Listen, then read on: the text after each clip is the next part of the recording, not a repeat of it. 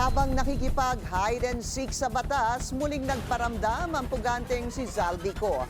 Hindi para sumuko, kundi para magpasaklolo sa Korte Suprema. At base sa mga dokumento, nasa Sweden ang dating kongresista. Ang detalye sa agenda report ni Isaiah Mirafuentes ng Abante. Isinapubliko na ng Korte Suprema ang petition for certiorari na inihain ng company resigned Ako Bicol Party List Representative Zaldico. Sa mahigit 500 pahina, hinihiling ni Ko sa SC na maglabas ng temporary restraining order laban sa pag-usad ng kanyang mga kaso sa Sandigan Bayan, kung saan nahaharap siya sa malversation of public funds through falsification of public documents at paglabag sa Anti-Graft and Corrupt Practices Act. Giit ni Ko, minadali ng Office of the Ombudsman ang pagproseso ng mga reklamo laban sa kanya.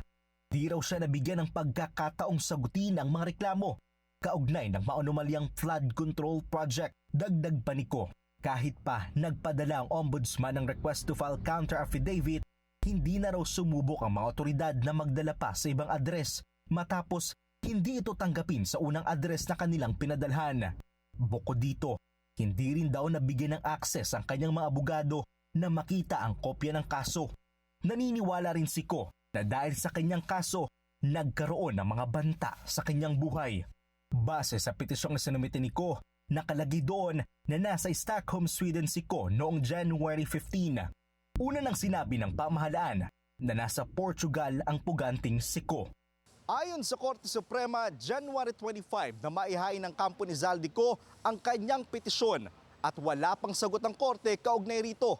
Pero hanggang sa ngayon, wala pa rin konkretong impormasyon kung nasaan nga ba ang dating kongresista.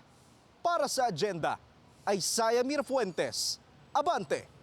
Mag-follow sa aming mga social media accounts at mag-subscribe sa aming YouTube channel para sa pinakahuli at eksklusibong mga balita.